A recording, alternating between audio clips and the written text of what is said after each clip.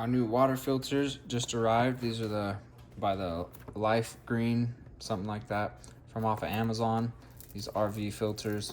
Thought I'd just open them up on camera so you guys can see exactly what they look like and how they come packaged. I think that's always helpful when trying to decide if you're gonna purchase something. So let's get this open and have a good look at it. Comes sealed up in some plastic wrap. And then it's just in this pretty thick cardboard box right here. There's a look at the filters. Each one comes wrapped up in plastic. Here's a look at the second one.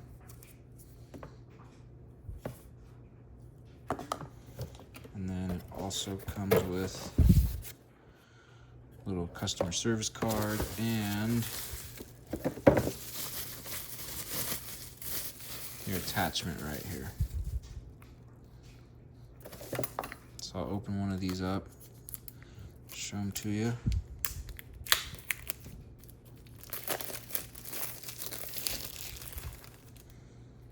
So there's a look at it with its wrapping off. Got your threads right there. Nice that it has caps, keeping all the threads protected and everything, so feels nice, looks nice. I think these should work real well for you.